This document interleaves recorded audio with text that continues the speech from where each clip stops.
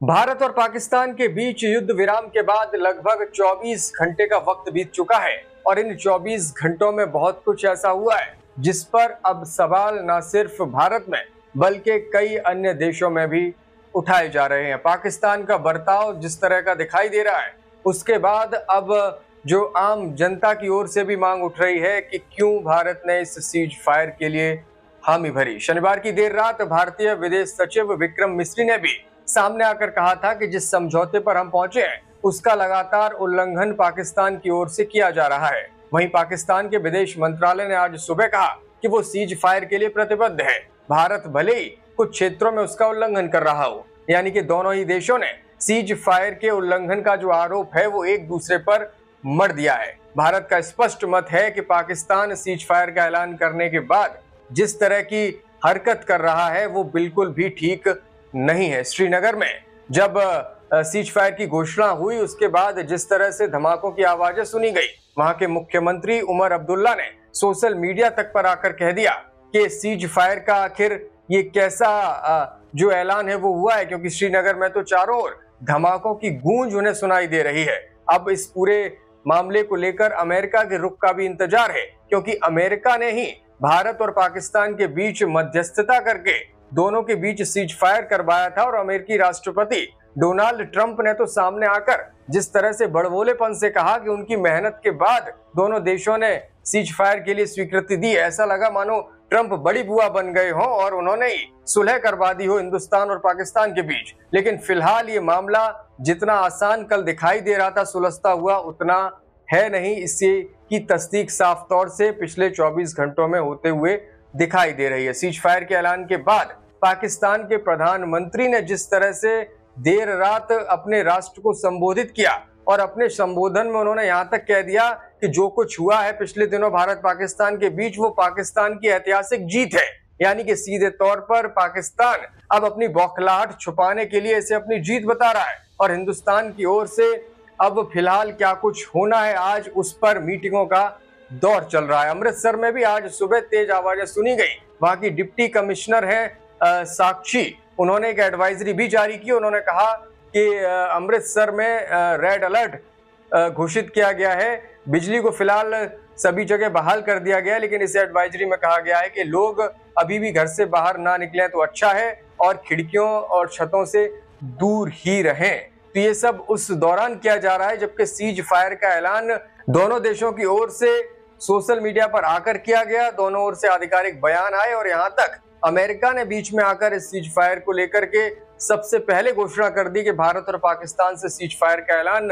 America ने करवा दिया है। इस तरह का जो माहौल बनाया गया, बावजूद इसके पाकिस्तान बाज नहीं आ रहा है और अब क्या कुछ होगा उस पर निगाहें भारत की सरकार की ओर देशवासियों की टिकी हुई है। इस बीच विक्रम मिस्री ने जो कल बयान दिया था उस पर भी चर्चा हो रही है, क्योंकि उन्होंने साफ तौर से कहा था कि कुछ ही घंटों में पाकिस्तान ने जो सीज फायर का समझौता हमारे साथ किया गया था उसका उल्लंघन किया है। ना सिर्फ उल्लंघन किया है बल्कि घोर उल्लंघन शब्द उन्होंने इस्तेमाल किया और भारतीय सेना अब जवाबी कार्रवाई करने के लिए विवश है, ये बात भी उन्होंने कहा था। और ये भी कहा था कि इस सीमा अतिक्रमण से निपटने के लिए हमारे जाबाज लगातार अब प्रयास कर रहे हैं। यह अतिक्रमण अत्यंत निंदनीय है और पाकिस्तान इसके लिए जिम्मेदार है और पाकिस्तान को अपनी जिम्मेदारी अब तय करनी होगी। ये भारतीय विदेश मंत्रालय की ओर से 2.5 मिनट की प्रेस ब्रीफिंग कल रात 11 बजे के करीब की गई, जिसमें ये जानकारी दी गई थी। विक्रम मिस्री ने यह भी कहा था कि हमारा मानना है कि पाकिस्तान इस स्थिति को ठीक से समझे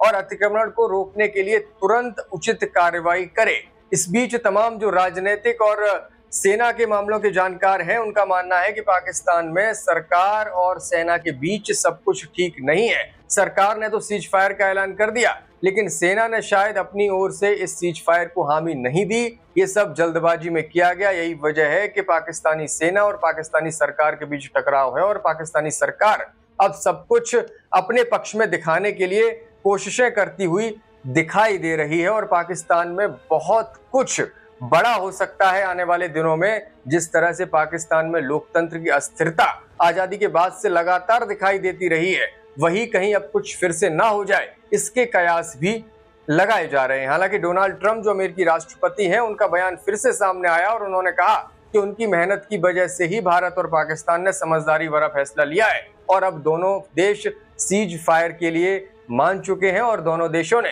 हजारों लाखों जिंदगियों को बचा लिया है। यानी कि डोनाल्ड ट्रंप जिस तरह के बड़बोलेपन की बातें हमेशा करते रहे हैं, चाहे उनके चुनाव जीतने के बाद तमाम मुद्दे रहे हों, लगातार डोनाल्ड ट्रंप सोशल मीडिया के जरिए अपनी बात रखते हैं और हिंदुस्तान और पाकिस्तान के इस मसले में भी जिस तरह से वो बयानबाजी कर रहे हैं, वो अब देखना होगा भारत सरकार को कि क्या अमेरिका को इतनी खुली छूट दी जा सकती है कि वो हमारे देश के मामले में लगातार इस तरह से वहां के राष्ट्रपति सबके सामने आकर बोले। फिलहाल शहबाज शरीफ जो कि पाकिस्तान के प्रधानमंत्री हैं, उनके बयान पर देश में चर्चाएं चल रही हैं क्योंकि उन्होंने पाकिस्तानी सेना और अधिकारियों का नाम लेकर उन्हें बधाई दे दी और कहा कि ये पाकिस्तान की ऐतिहासिक जीत है। अब देशवासियों को समझ नहीं आ रहा कि पाकिस्तान ये क्लेम कैसे कर सकता है। पाकिस्तान में घुसकर हिंदुस्तान ने वहां आतंकियों को मार डाला, तमाम जो मिलिटेंट्स के ठिकाने थे उन पर अटैक किया, लगातार उसके बाद तस्वीरें भी सामने आई और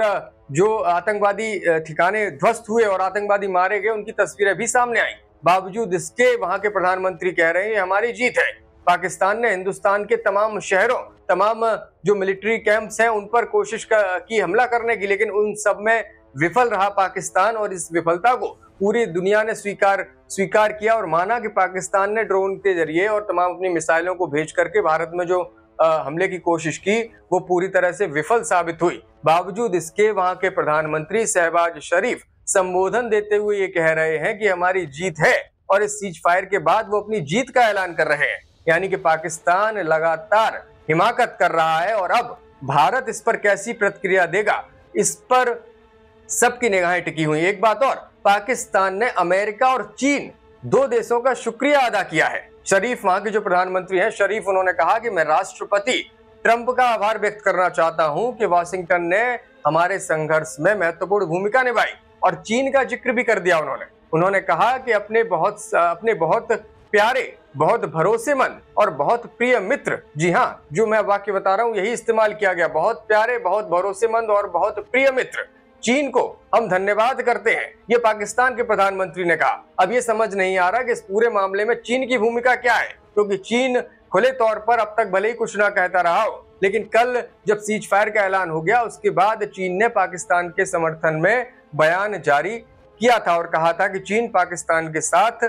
खड़ा हुआ है। कल रात के बाद से अब भारत सरकार और भारत विदेश मंत्रालय, रक्षा मंत्रालय की ओर से अभी तक कोई बयान सामने नहीं आया है। इंतजार किया जा रहा है शाम को होने वाली प्रेस वार्ता का जो भारतीय सेना की ओर से की जानी है, उसमें सारी डिटेल सब सामने आ सकेंगी कि किस तरह से पाकिस्तान की ओर से रवैया नजर आ रहा है और भारतीय सेना इस पर अब किस तरह से रिएक्ट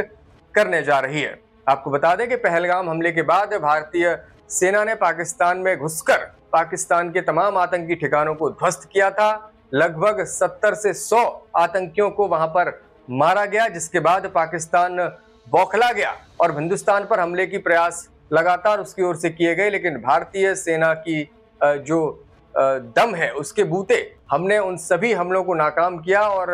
हिंदुस्तान में किसी भी तरह से जो जनहानि है उससे सेना ने हमको बचाया, हमको सुरक्षित रखा। तमाम खबरें चल रही हैं, तमाम ऐसी खबरें भी अपुष्ट सूत्रों से आ रही हैं जो कि तमाम मीडिया चैनल्स दिखा रहे हैं, लेकिन जिस तरह से एडवाइजरी भारत सरकार ने जारी की है उसका अनुपालन करते हुए मीडिया कर्मियों को ये सजगता रखनी चाहिए कि जब तक पुष्ट सूत्रों से वो खबरें ना आए या फिर सरकार उन खबरों की पुष्टि ना कर दे, तब तक वो खबरें दर्शकों के सामने न परोसी जाएं। इस बीच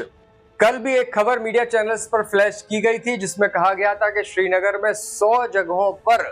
ड्रोन हमले हुए हैं, विस्फोट हुए हैं, लेकिन इसके बाद भारतीय सेना की ओर से स्पष्टीकरण आया और कहा गया कि श्रीनगर में ऐसे कोई भी हमले शहर के अंदर नहीं हुए हैं। ये पूरी तरह से फेक न्यूज है, जिसके बाद तमाम मीडिया चैनल्स ने यू टर्न लेते हुए इस खबर को